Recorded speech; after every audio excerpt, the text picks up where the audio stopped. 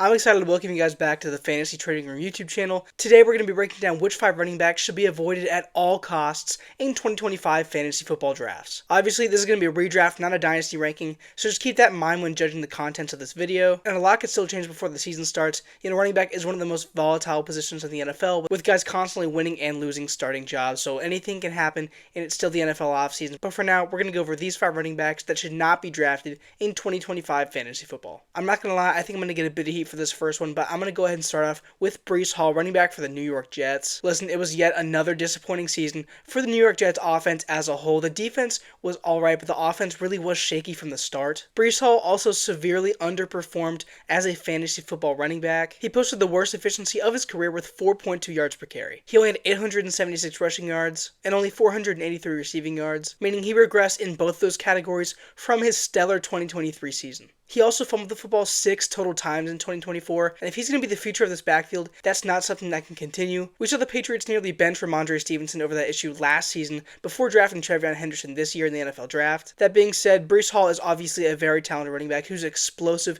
in the open field and great as a receiver and a rusher. My biggest issues are the ways he regressed. He not only regressed in production, but also in volume. He had less rushing attempts, targets, and receptions this season, and that translated pretty clearly to lower fantasy output. And if you're looking for a guy with really good rushing volume, Breece Hall may not be the best choice. He didn't have a game with over 20 carries, and yes, he is very active as a receiver, so he gets a bit of volume there, but his targets were super inconsistent this season. That leads me to believe he could struggle again in 2025. And bringing up another huge question mark, that's the Jets' new coaching staff. Former Lions defensive coordinator Aaron Glenn was brought in to be the team's newest head coach this offseason. With him, he brings an entirely new staff, ready to work on this offense and get it running smoothly. And early this offseason, we heard Aaron Glenn make a comment about wanting to use a running back committee system. Not only just a 2 running back committee system, but 3 running backs actively engaged in the rushing attack. This is something he wasn't shy about. Obviously, he comes from Detroit, where 2 running backs are employed pretty frequently with Jahmyr Gibbs and David Montgomery. I would be shocked if we're not seeing the same, like he said, with Breece Hall, Braylon Allen, and Isaiah Davis, 3 super young running backs the Jets have drafted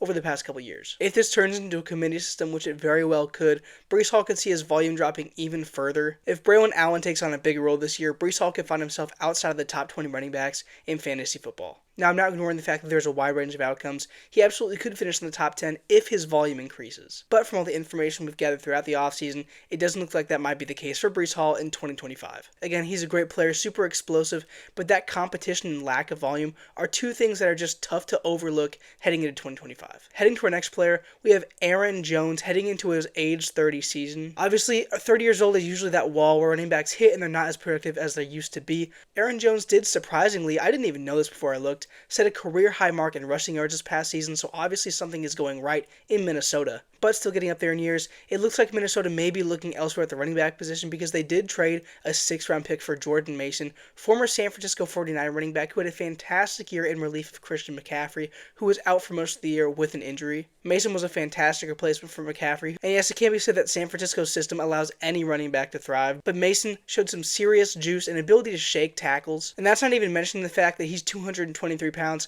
making him an ideal goal line back. I could absolutely see a world where Jordan Mason hawks a ton of touchdowns from Aaron Jones this season, especially on the goal line. And he's significantly younger than Jones as well, meaning that if he plays well in the snaps he's given, he could be the running back of the future sooner rather than later. And while it's true Aaron Jones did sign a 2-year, $20 million extension with the Vikings late in the season, the terms of that contract make it very easy for the Vikings to cut him without a huge cap hit after the season, meaning he could be a fairly expendable asset for their offense. Also, it would be unsurprising if the Vikings, as usual, lean on their passing attack, which was incredibly efficient with Sam Darnold, especially in the middle part of the season. Coming in, remember, he was the backup, but their offense was so pass-heavy that he ranked 8th in the NFL in pass attempts by the end of the year. And while yes, 2024 rookie quarterback J.J. McCarthy, who will assume a starting role, may take a second learning the ropes, I think the second he feels comfortable, they're going to give him a lot more passing volume as this offense kind of shapes around him with a ton of receiving options. You have Justin Jefferson, Jordan Addison, Ty Felton, Jalen Naylor, 4 wide receivers right there, as well as T.J. Hawkinson at tight end. They make a very good group of pass catchers. And it looks like this offense, of course, if J.J. McCarthy ends up stepping up to the task, will be a pass-heavy offense in 2025. Aaron Jones is still a very solid running back, but there are a variety of factors that make him too big of a risk for me to draft in 2025 fantasy football. football. Next up, we have Naji Harris for the Los Angeles Chargers, a dude that I really thought could be a sleeper heading into fantasy drafts, if not for the Chargers selecting Amarion Hampton, running back out of North Carolina, with the 22nd overall pick in the 2025 NFL Draft. Now, Hampton was a dude I absolutely loved as a prospect. He has an elite blend of size, power, strength, and some elusiveness, as well as some receiving ability. So he kind of has it all. I think he has the ability to be a 3-down running back for this Chargers team. I think he's going to be their starting running back by the end of the season. Now that puts Naji Harris in a very difficult position. He signed there, and many thought, including me, before the draft that he would be the starting running back this season. And while it may start out that way, you know how it goes. Rookie running backs always pick up steam towards the end of the season. We've seen it time and time again, how the young guy takes the role from the veteran late in the season at the running back position. I think that could be happening this season in LA with Naji Harris and Amarion Hampton. There are a few more factors that make me believe this as well. First off, Naji Harris brought in on only a 1-year super cheap deal, meaning that if he's relegated to backup duties at some point, or at least a lesser role in the committee to Hampton, it wouldn't cost the Chargers pretty much anything. Also, Harris, historically, he's only averaged more than 4 yards per carry just once in his entire career. And in general, just looking at him on the field in the film, I don't think Naji Harris is as explosive as Amarion Hampton will be in year one. Overall, I'll admit, I'm jumping on the Amarion Hampton bandwagon. I think he's going to be the RB1 by the end of the season. If you disagree, that's fine, but I also don't think Naji Harris is going to be the starter by the end of the season. So we can agree to disagree. I think Hampton's the guy.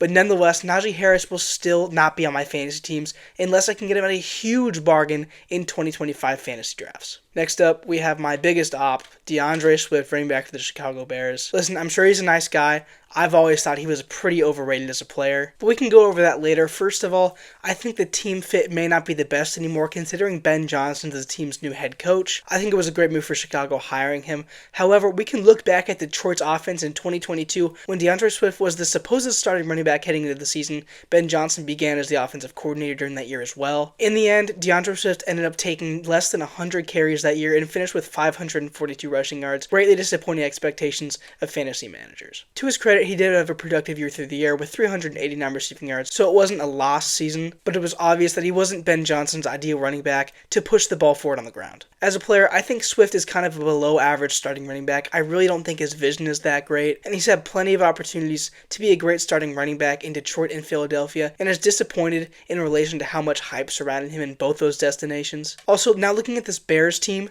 they brought in a ton of weapons and protection, making it easy to believe that this team will be pass heavy next season. Let's not forget with Ben Johnson on the Lions as their offensive coordinator and play caller, even with the best running back duo in the league, Jared Goff and the Lions passing attack still ranked 10th in total pass attempts, which is pretty impressive considering how efficient their running game was. Now with Ben Johnson moving to a team that is built for the passing game with a quarterback of the future that was drafted number 1 overall last season, I think a lot of the moves made this offseason will suggest that's the direction they're heading. They had a Joe Tooney, Jonah Jackson, and Drew Dahlman on the offensive line, on the interior especially. That's going to beef up the pass protection for Caleb Williams, who was unable to stay upright, taking 68 sacks in 2024, which I believe led the league. They also added pass-catching tight end Colston Loveland with the number 10 overall pick in the 2025 NFL Draft, also selecting versatile and explosive wide receiver from Missouri, Luther Burden III, in the second round as well. You can't forget about wide receivers DJ Moore and Rome Odunze, both productive in their own right. I think Odunze could take a big step forward this season if he's given more volume. And moving back into DeAndre Swift as a player here,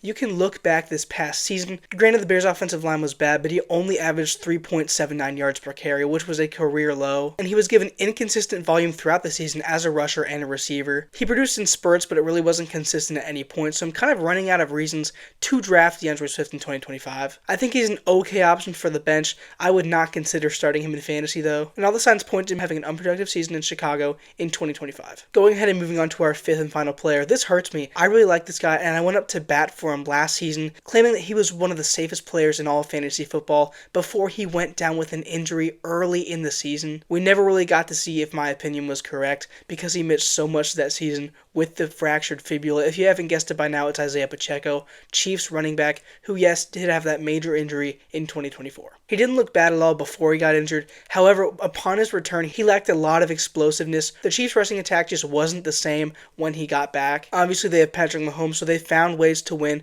with the pass catchers they had. But Pacheco needs to prove prove that A, he can stay healthy this season, and B, he's not going to be a liability as a rusher. As a fan of the NFL, I would love to see Isaiah Pacheco bounce back this season from his injury and turn in another productive season. However, as a fantasy analyst, I see a very real chance of that just not happening. The Chiefs' offense is very heavy with passing volume, as we know. They're getting Rashee Rice back, they have Xavier Worthy, they added Jalen Royals in the draft, and Travis Kelce is obviously still in the offense, so I expect more of the same from Kansas City. And also it's worth noting that Pacheco is not the only running back in this backfield. In 2024, it was the perfect opportunity. He didn't have a lot of competition, but now, heading into this season, the Chiefs drafted a running back, yes, in the 7th round, but a prospect that I really liked, and that's Rashard Smith out of SMU. If you look on our Dynasty channel, I've talked about him a ton as a sleeper heading into this season. Similarly to a guy like Tyrone Tracy, Rashard Smith has a background as a receiver at the college level. He played 3 seasons of slot receiver at the University of Miami before transferring to SMU in 2024 to be their starting running back on the ground and through the air, helping lead SMU to a college football playoff berth. I think Smith is a huge sleeper to take volume away from Isaiah Pacheco in this Kansas City Chiefs backfield in 2025. I think he was a steal of a draft pick, and even if he becomes kind of a thunder and lightning duo with Pacheco, that hurts the veteran running back's ability to produce in fantasy and will drastically decrease his volume. If Pacheco can turn around his efficiency and injury woes in 2025, there's a clear path back to fantasy stardom. But as you can see, there's a trend with all 5 of these running backs. It's concern over their volume. Fantasy productivity is achieved when talent and opportunity cross paths and a player takes advantage of that chance. A few of the guys on the list have the talent to be standalone starting running backs, but I'm just concerned about the volume. I'm willing to bet that if you draft any of these 5 running backs in fantasy football, there's a very good chance they'll disappoint you as a fantasy manager this season. Hope you guys enjoyed the video. If you agree or disagree with any of my takes, feel free to sound off in the comments. I'll be glad to talk ball with you guys. But for now, that's all I got. Please like and subscribe to support the channel, and so you can stay updated with all of our videos going forward. I'm Joe, and this is Fantasy Trading Room.